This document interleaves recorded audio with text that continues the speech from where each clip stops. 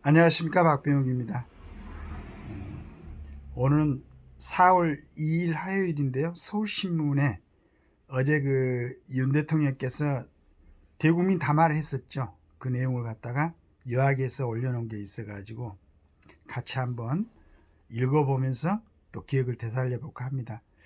어제 윤 대통령의 그런 담화가 발표됐는데도 방송에서는 저녁에 가서 이제 한번 대략 정리된 내용을 보려고 그랬더니 그런 내용이 뜨지를 않고, 아침에도 제가 출근하기 전에 잠깐 뉴스를 봤음에도 불구하고 이 부분에 대해서 윤 대통령이 어떤 진심을 가지고 이 해결을 위해서 어떤 생각을 가지고 담화를 발표했는가를 갖다 집중 좀 분석하고 국민들한테 이걸 인식시키려는 노력이 있었을 줄 알았는데 그게 보이질 않더라고요. 근데 아침에 신문 보니까 이제 좀 정리돼 있어가지고 한번 같이 읽어보도록 하겠습니다. 국민 정부 의료계 3자 협의체 제안한 윤 대통령실도 2,000명 절대 수치 아니다. 근데 이제 지금 서울신문이 이렇게 써놨는데 다른 신문에 보니까 그 2,000명을 고소하는 것처럼 이렇게 윤 대통령이 담화를 하게 되면은 여권에 불리하다는 뜻 같은 그런 느낌이 풍기는 제목을 이렇게 다뤄놓고 글들을 써놨더라고요. 참 아쉬운 점이 있었는데 서울신문이 이렇게 정리를 해놨습니다. 계획 당위성 호소하며 소통 의지. 의사 허락 없이 증언할 수 없다면 국민 목숨 가치 그 정도인가 반문. 지난 27년 실수 되풀이할 수 없다. 아주 결연한 의지가 보이는 얘기였습니다. 배정 끝난 올해 목 조정 어렵지만 이듬해부터 증원 규모 수정 시사. 그러니까 타협의 여지를 지금 분명하게 두고 있습니다. 생명 앞 정치적 유불리 생각 안에 총선 2기 속 국민양 결단 강조. 지도자는 이렇게 해야 되는 겁니다. 선거 기간이라고 투표에 유리하고 불리하고 해가지고 국민 전체에 아주 지대한 영향을 주는 이러한 중대한 일. 그 다음에 그 전 정부 몇 차례 정부에서 시도했지만은 그때마다 의협에서 반대를 해가지고 의사단체에서 반대를 해가지고 하지 못했던 거. 조금 혹시 정치적으로 불리할 수 있겠지만은 그 다음에 이제 저쪽 야당 쪽에서 얘기한 것처럼 식물 대통령이 될 것이다. 이런 얘기도 불구하고 결연하게 본인의 의지를, 대통령이면은 이렇게 해야 됩니다. 저는 이렇게 해야 된다고 생각해요. 국민들을 위해서. 그리고 반드시 제 생각에는 좋은 생각을 갖고 있는 사람들이 국회의원으로 등원할 것이다. 이런 기대를 해봅니다. 일각에서는 윤 대통령의 이러한 발언에 대해 의대 정원 배정이 마무리된 올해는 조정이 어렵지만 향후 의료계와의 협의를 통해 이듬해부터 기존 2,000명 증원 규모를 수정할 수 있음을 내비친 게 아니냐는 해석도 나온다.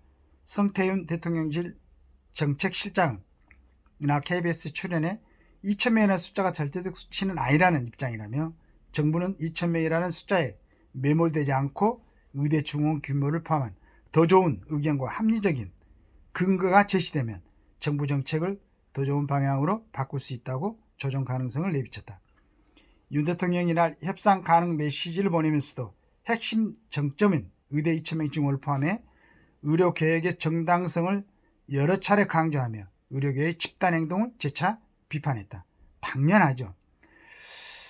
국민의 생명과 건강을 지키기 위한 의사 증원을 의사들의 허락 없이는 할 수 없다고 한다면 거꾸로 국민의 목숨 가치가 그것밖에 안 되는지 반문할 수밖에 없다.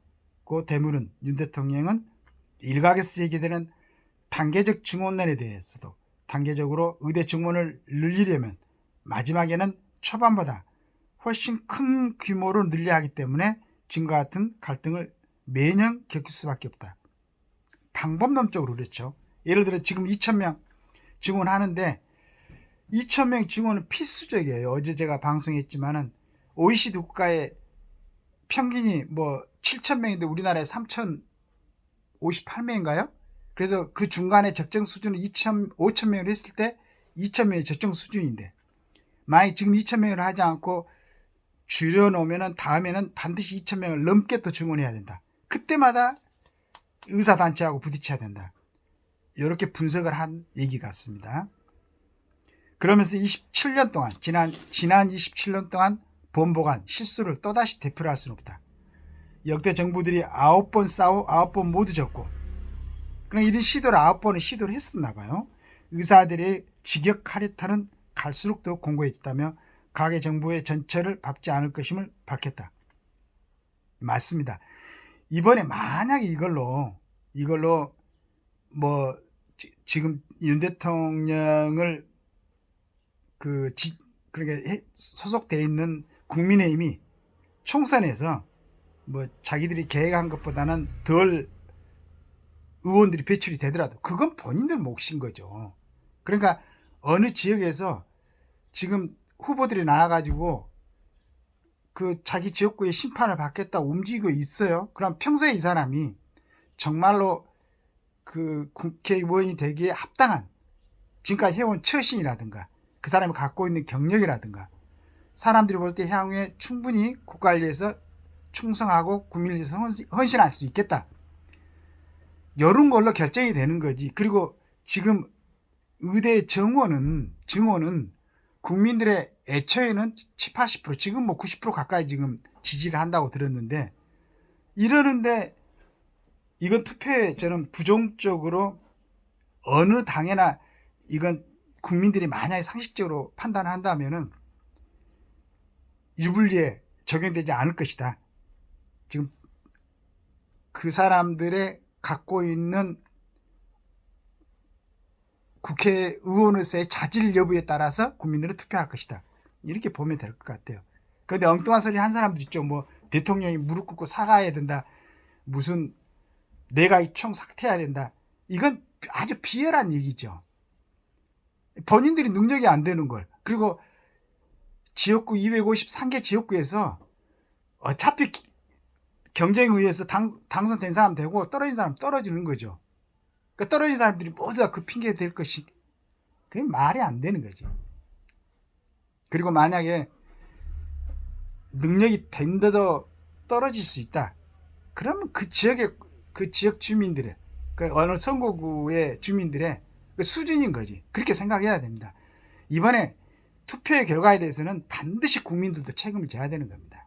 이거 뭐 정치 자꾸 뭐 대통령 탓하고 국회의원도 탓할 거 없어요. 국민들이 투표해가지고 뽑아갖고 올려놨으니까. 정말로 객관적으로 보면은 참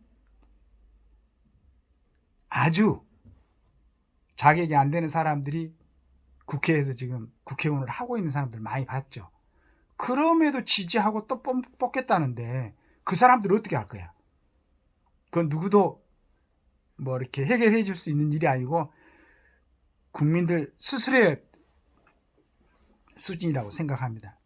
윤 대통령은 노동계획과 교육 카르텔 혁파, 한일관계 복원, 건전, 재정, 기조 전환 등 그간 현 정부가 추진한 계획 과제들을 언급하며 이러한 계획이 모두 정치적 유불리를 생각하지 않고 추진해왔던 것이라고 했다.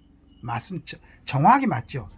앞서 계획 과제들처럼 지금 의료계획도 마찬가지로 정치적 득실을 따지지 않겠다는 뜻이었다. 특히 저는 공직생활을 할 때부터 대통령이 된 지금까지 단 한 번도 시행규를 가지 않았다. 회피하고 싶은 인기 없는 정책도 국민에게 꼭 필요하다면 국익에 꼭 필요하다면 가감하게 실천하면서 여기까지 왔다. 고 밝힌 대목은 개혁과 윤 대통령 자신을 동일시한 대목으로 풀이된다.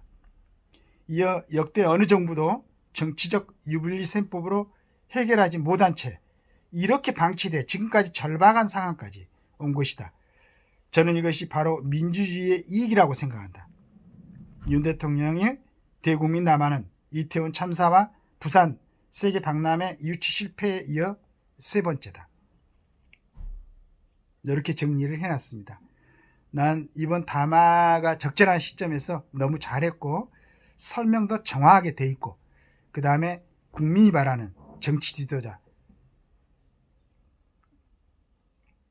비로소 그 건국을 한 이승만 대통령, 그 다음에 그 수많은 난관, 지금도 뭐 수많은 사람들이 그 정책에 대해서 시비를 걸고 비판을 하고 있지만은 결과적으로 우리 대한민국을 이 정도 살려놓은 박정희 대통령, 그 두 분의 모습을 오랜만에 대통령에서 본 것 같은 느낌이 듭니다. 아무리 지금 상황에서 정치적으로 뭐 여당이고 야당이고 유불리가 있을 수도 있겠죠. 근데 제 생각에는 국민들이 정확하게 객관적으로 판단한다면은 이건 전혀 정치하고 상관없이 대통령 지지율은 이 정도 담화를 발표하고 이 정도의 어려운 과정에서 결단하는 대통령 지지율이 한 70%는 돼야 된다고 생각하는데 제 생각이겠죠. 하여간 감사한 생각입니다. 오랜만에 진짜로 대한민국의 미래를 위해서, 국민의 건강을 위해서 이런 결정을 할 수 있는 대통령을 지금 이 시대 우리 대통령으로 우리가 모시고 있다는 데 대해서 굉장한 자부심을 느끼면서 감사하게 생각합니다. 감사합니다.